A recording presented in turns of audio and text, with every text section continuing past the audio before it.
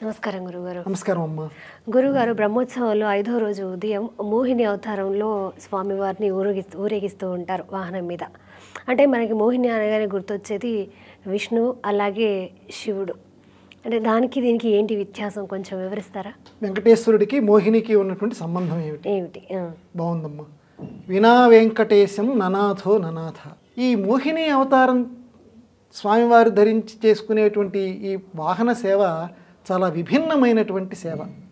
మిగతా వాహన సేవల్లో వాహన మంటపాల నుంచి వాహనాలు బయలుదేరతాయి, కానీ మోహిని అవతారం అప్పుడు మాత్రం స్వామివారి యొక్క ఆలయం నుంచి పల్లకి వస్తుంది.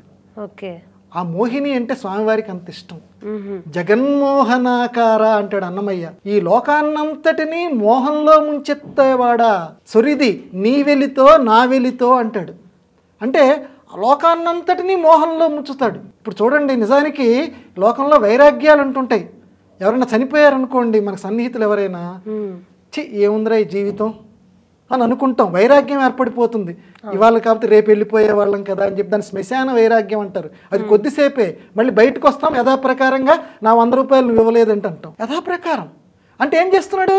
మోహం కప్పుతోంది. అప్పటివరకు ఏదో జ్ఞానం లభిస్తుంది, కానీ జ్ఞానం ఎక్కువసేపు మనకి నిలవదు, మోహం కప్పేసేస్తుంది. దేవతలకి రాక్షసులు ఇద్దరూ కూడా క్షీరసాగరాన్ని మదించేటువంటి సమయంలో అమృతం వచ్చింది. అమృతం రాక్షసులు తినకూడదు.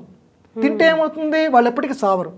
వాళ్ళు ఎప్పటికీ చావకపోతే, ఇప్పటికే అసలు చాలామంది రాక్షసాంశతో ఉన్నారు ఈ కలియుగంలో, మనం చూస్తున్నాం. వాళ్ళు ఎవరు చావకుండా ఉన్నారనుకోండి రాక్షసులు, ఎంత భయంకరంగా ఉండేది లోకం. అందుకని ఏం చేశాడు మహానుభావుడు? మోహిని అవతారం ఎత్తాడు. అక్కడ విష్ణుమూర్తి మోహిని అవతారం ఎత్తాడు. మోహిని అవతారం ఎత్తి ఈ దేవతల్ని ఒక వయ్యారం పోతూ, ఎంత అందగాడంటే అసలు ఆయన అందగాడు, పెద్ద అందగత్తి కింద మారి ఇలా వయ్యారంగా ఇలా నడుచుకుంటూ వచ్చి అని ఇట్లా చూపు చూశాడు. మోహపడ్డారు. ఇక్కడ చాలా జాగ్రత్తగా గమనించాలమ్మా కథ. మనం ఎవరు మోహపడ్డారు? రాక్షసులు మోహపడ్డారు. దేవతలు మోహపడలేదు. చాలా జాగ్రత్తగా గమనించాలి. అంటే మోహపడ్డాము అని అంటే మనం రాక్షసాంశం ఉంది మనలో లెక్క. దైవాసుర సంపద్ విభాగ యోగం అని చెప్పి భగవద్గీతలో ఒక యోగం ఉంది, ఒక విభాగం ఉంది. అందులో రాక్షస లక్షణాలతో ఉండేటువంటి వాళ్ళు ఎలా ఉంటారు, దేవతా లక్షణాలతో ఉండేటువంటి వాళ్ళు ఎలా ఉంటారు, ఒక విభాగం కింద స్వామివారు చెప్పాడు. కాబట్టి మనం మోహపడ్డాము అంటే రాక్షసాంశ కింద ఉన్నవాళ్ళం. దేవతలు మోహపడలా, వాళ్ళు అలాగే కూర్చున్నారు. రాక్షసులు మోహపడ్డారు. నేను వాళ్ళకి వడ్డించి తర్వాత మీకు వడ్డిస్తానే అమృతం, అట్లా ఎలా కుదురుతుందని అలా అలాగే. ఎందుకంటే అదే పనిగా చూస్తున్నారు, ఆ మోహంలో పడిపోయారు. వాళ్ళకి వడ్డన చేసింది. అసలు ఆ కథ అందరికీ తెలిసిన కథే. అంటే మోహంలో ముంచెత్తింది ఎవరిని? మోహగుణం లోపల రాక్షసాంశ ఉన్నటువంటి వాళ్ళని. మోహిని అవతారం అంటే అది.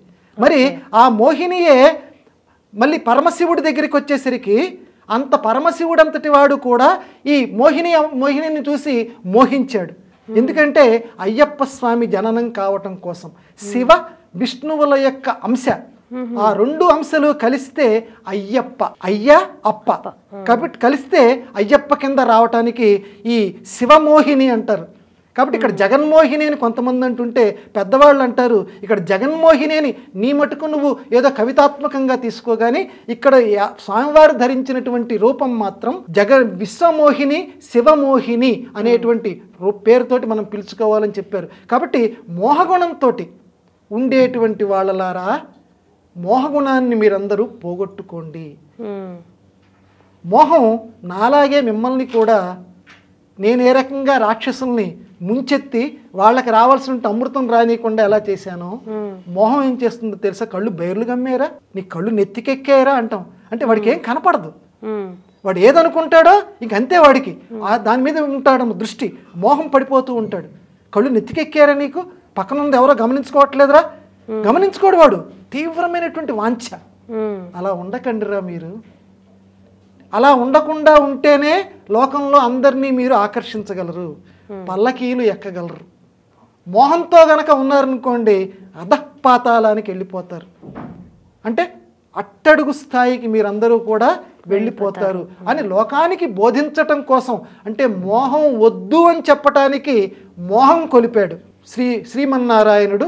శ్రీ మహావిష్ణువు మోహిని అవతారంతో మోహం అనేటువంటి అందువల్ల ఇది నీ వెలితో నా వెలితో అంటాడు అన్నమయ్య.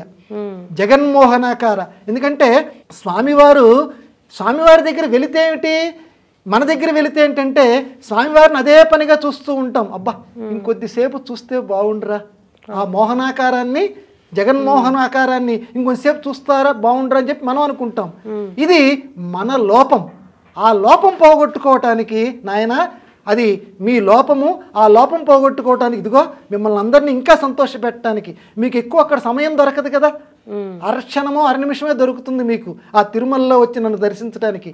అందుకే ఎంతో ఎక్కువ సమయం 2-3 గంటలు మిమ్మల్ని ఆనంద పెట్టడానికి ఈ మోహిని అవతారంలో ఈ పల్లకీలో ఊరేగుతున్నాను రా, నన్ను దర్శించి ఆ వెలితిని పోగొట్టుకోండిరా అని చెప్పి మోహిని అవతారంలో ఈరోజు వాహన సేవలో స్వామి మనల్ని అనుగ్రహిస్తున్నాడు. అలా చూస్తూ మనలో ఉన్న మోహాన్ని పోగొట్టుకుని మనం పునీతులమగుదుముగాక.